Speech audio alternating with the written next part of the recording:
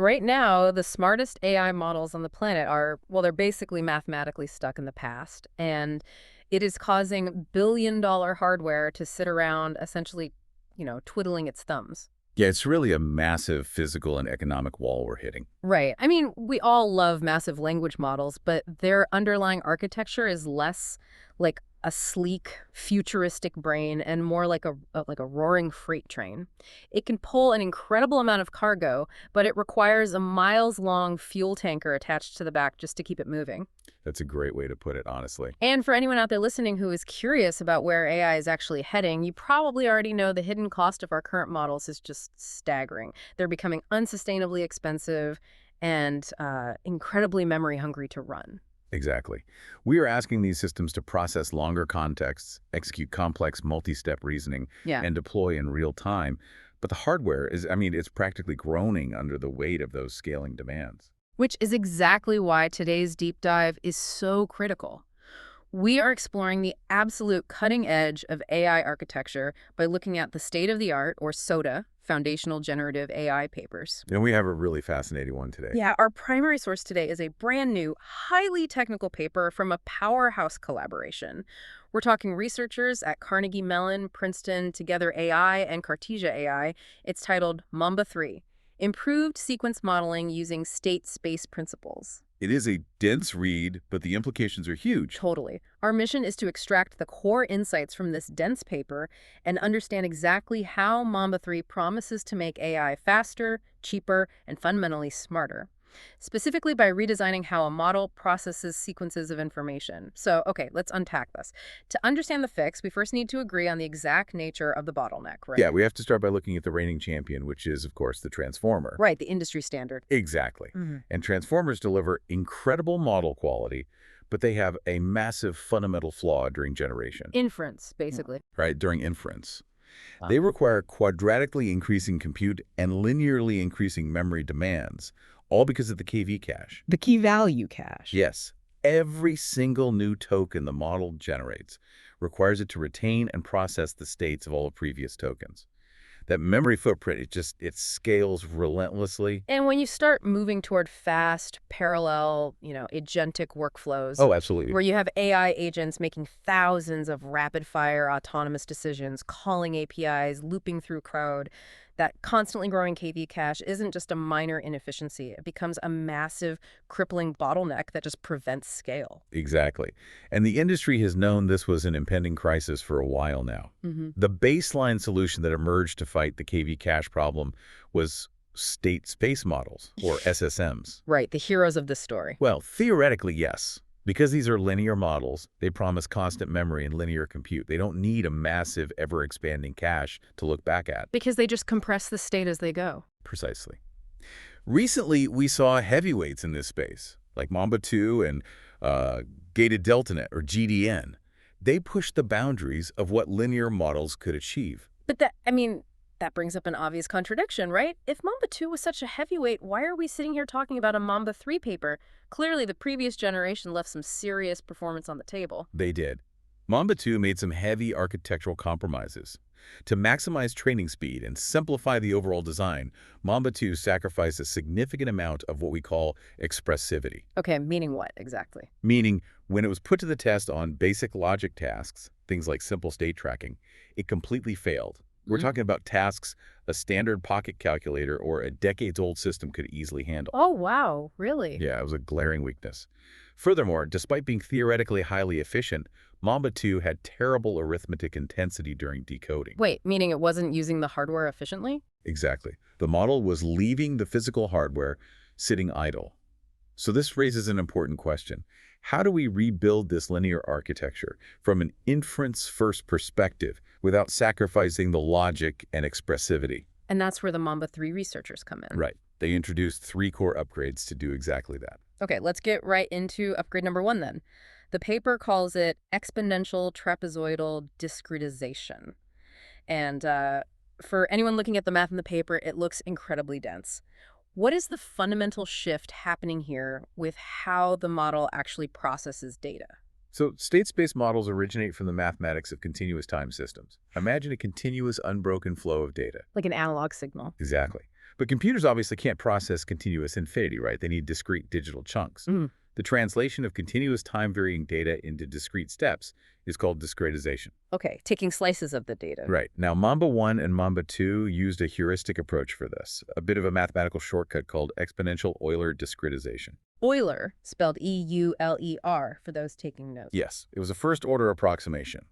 Essentially, it took the data at the start of a time interval and just held that endpoint constant until the next step. So it just assumes nothing changes in between the steps. Exactly. It lacked rigorous theoretical justification for this specific data flow, but it worked decently well for basic associative tasks. Right, but Mamba-3 ditches that for this new exponential trapezoidal method. And reading through the paper, this second-order method immediately brought a visual analogy to mind. Oh, I love a good analogy. Let's hear it. Well, imagine you're trying to trace a curving, looping roller coaster track onto a sheet of graph paper. The old method, the Euler method from Mamba-2, essentially forces you to draw flat, chunky horizontal stairs. Right, because it holds the value constant. Exactly. You stand at a point, draw a flat horizontal line over to the next time step, and drop down. It's highly blocky. But the new trapezoidal method doesn't do that. It looks at your starting point and your ending point, anticipates the slope of the track, and draws an angled line connecting them. Using a data-dependent convex combination of both points, yes. Right. It creates a dramatically smoother, highly accurate representation of the actual curve. The math in the new discretization achieves exactly that smoother tracking, which significantly reduces the error rate across the sequence. But the architectural impact of this smoother math is where things get truly profound. How so? The researchers proved mathematically that this generalized exponential trapezoidal rule creates what they call an implicit convolution on the state input. Hold on, let me push back on that real quick, because this seems counterintuitive. You're saying Mamba-3 entirely removes the explicit short causal convolution layer that was like a staple of the previous models. Yes, completely ditches it.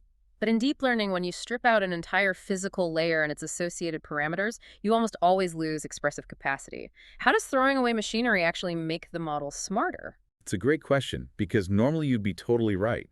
In previous models, like Mamba-2, they had to physically build that external separate convolution layer into the architecture just to handle local context windows. It was basically an extra piece of machinery with its own activation functions. Exactly. Yeah. But the Mamba-3 researchers found that by upgrading to the trapezoidal math, the recurrence itself inherently behaves like a convolution of size 2. Oh, I see. So they didn't lose the capability, the underlying math just absorbed the job? Precisely.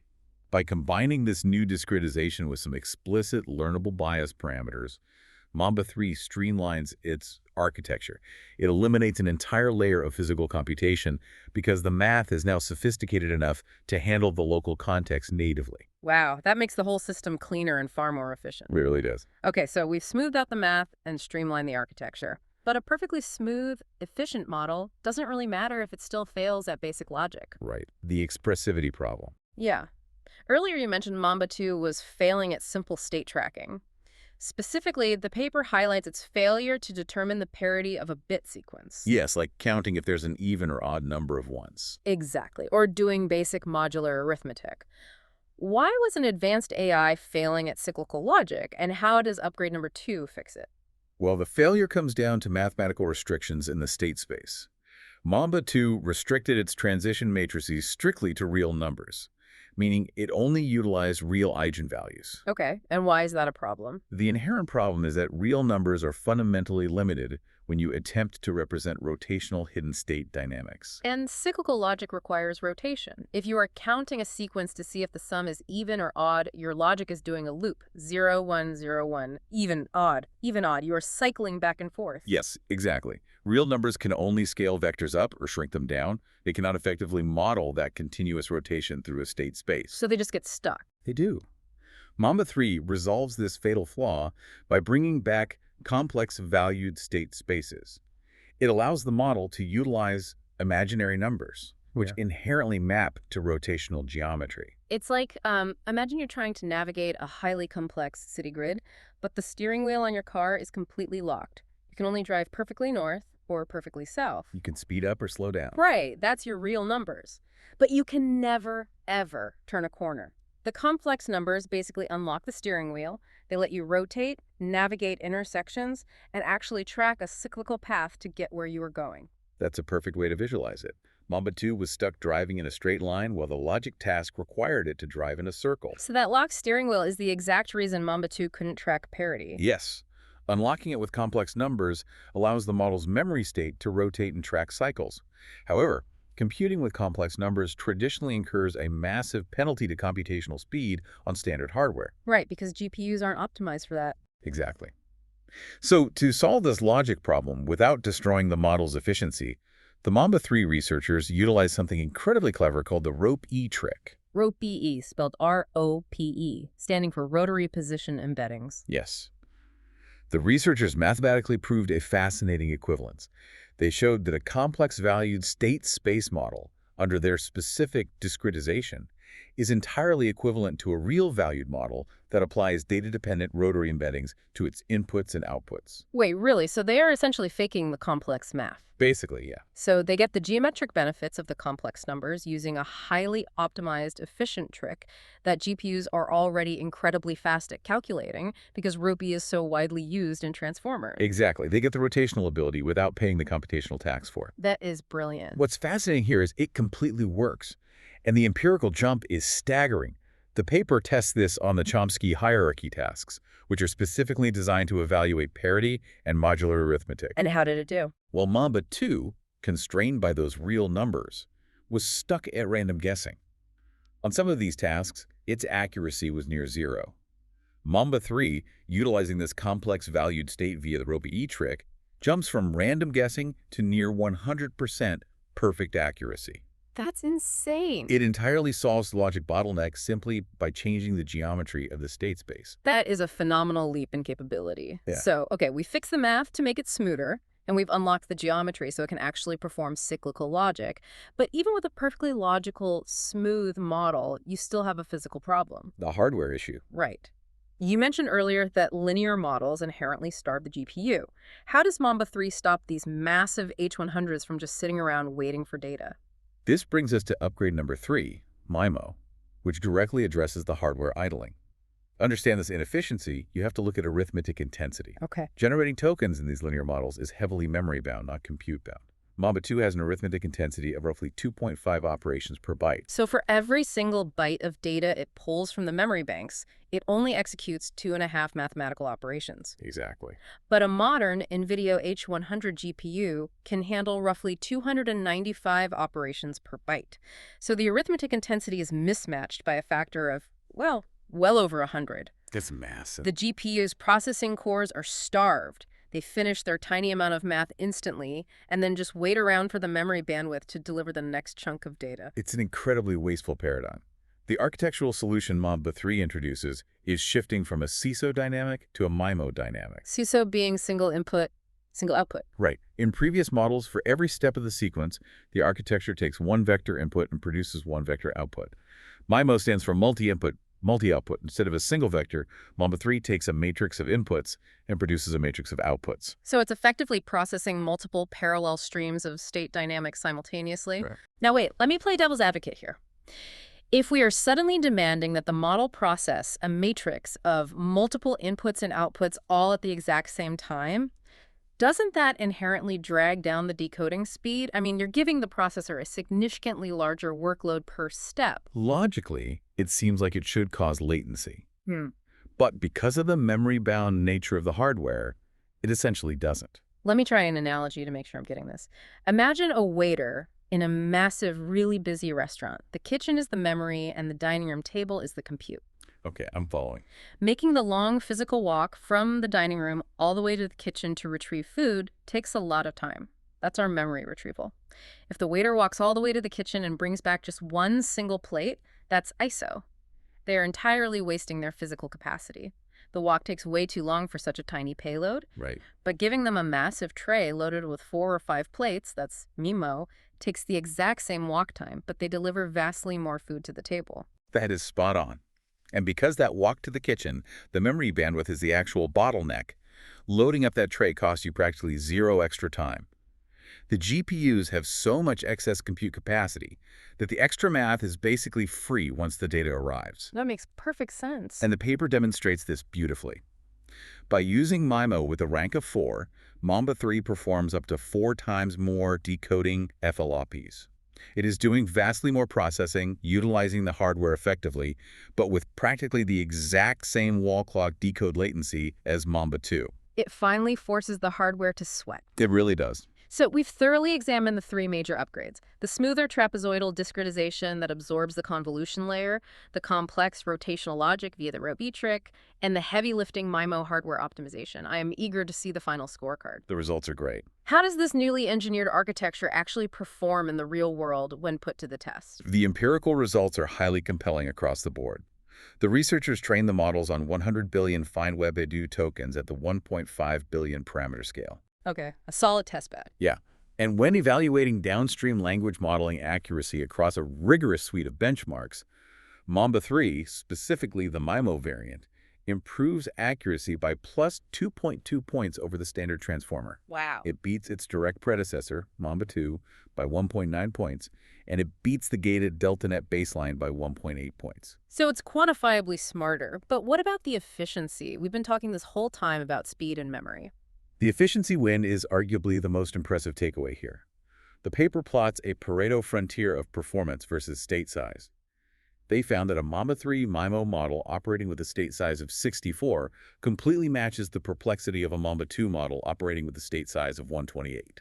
Meaning you are getting the exact same language modeling quality and reasoning capability at half the latency footprint. Exactly. You can deploy a much smaller, significantly faster state and achieve the same results as the older, bulkier model. It completely shifts the Pareto frontier. However, we must be impartial about the limitations of this architecture, and the researchers are highly transparent about where Mamba-3 still falls short. Right, no model is perfect. What's the catch? The weakness clearly appears in specific needle-in-a-haystack retrieval tasks. Where you ask the model to pull one highly specific fact out of a massive document? Yes. Mamba-3 is excellent at associative recall and standard question answering over long contexts. But when asked to extract hidden specific information from massive, highly unstructured data, specifically in datasets like SWDE and FDA, it still struggles compared to transformers. And the fundamental reason for that goes back to the core difference in the architectures, right? Yes, it does. Linear models like Mamba have to aggressively compress all that context into a fixed-size memory box. They can't just keep a perfect transcript. They have to decide what to keep and what to throw away in real time as they read. So if the data is unstructured, the model might accidentally overwrite the needle in its memory state before it reaches the end of the haystack. Whereas transformers, with their massive KV caches, don't have to compress anything. They just look back at the perfect, uncompressed record. Right. And if we connect this to the bigger picture, the future of sequence modeling likely isn't 100% Mamba, and it certainly isn't 100% transformer. It's going to be a mix. The future is hybrid models. The researchers demonstrate this powerfully in the paper. They found that by interleaving the layers, specifically using a ratio of 5 Mamba-3 layers to every one self-attention transformer layer, you almost entirely resolve the length, generalization, and retrieval issues. Oh, that's clever. You essentially build a best of both worlds AI. You leverage the blazing fast, constant memory speed of Mamba-3 for the vast majority of the bulk processing and reasoning, but you keep a fraction of that transformer perfect recall magic as a periodic checkpoint for when the model really needs to find a needle in a haystack. It flawlessly mitigates the weaknesses of both approaches while amplifying their respective strengths. You get the retrieval accuracy of a transformer without the crippling quadratic memory wall. We have covered some incredibly dense ground today, from continuous time integrals to rotational geometry and matrix processing, but I want to tie it all back to you, the listener. Always important to do. Why should you care about trapezoidal math and MIMO architectures? Why does this matter if you aren't writing low-level AI code? Well, it matters because this architectural evolution pushes the performance efficiency Pareto frontier to a place that changes how we interact with technology. Absolutely. This is the exact underlying architecture that will allow the massive, insanely smart AI agents of tomorrow to run instantly, and more importantly, to run locally. This is the path to having a brilliantly capable reasoning AI on your phone or your laptop without requiring a billion-dollar, power-hungry server farm just to generate a single response or automate a complex workflow. The cost of true intelligence is dropping rapidly because the foundational math is getting fundamentally smarter. Yeah, exactly. And I want to leave you with a final thought to mull over as you watch this space evolve. We saw today that Mamba-2 had a hard, fundamental limitation. It could not track simple parity logic. It was a model suffering from amnesia for cyclical tasks. Right. But Mamba-3 proved that simply by introducing complex numbers and rotational geometry, that supposedly impossible limitation vanished entirely. It wasn't a problem of needing a massively bigger model or infinitely more training data. It was purely a problem of needing the right shape of math. The right geometry. Exactly. So if tweaking basic geometry can solve the AI memory bottleneck and suddenly unlock logical reasoning, what other impossible limitations in artificial intelligence are just waiting for a clever geometry trick to crack them wide open? I absolutely love that perspective. We constantly assume we need more brute force power, more GPUs, more data centers, but sometimes we just need to unlock the steering wheel and let the math rotate. That's all the time we have for today's deep dive. Keep questioning the tools you use, keep looking under the hood, and keep learning. We'll see you next time.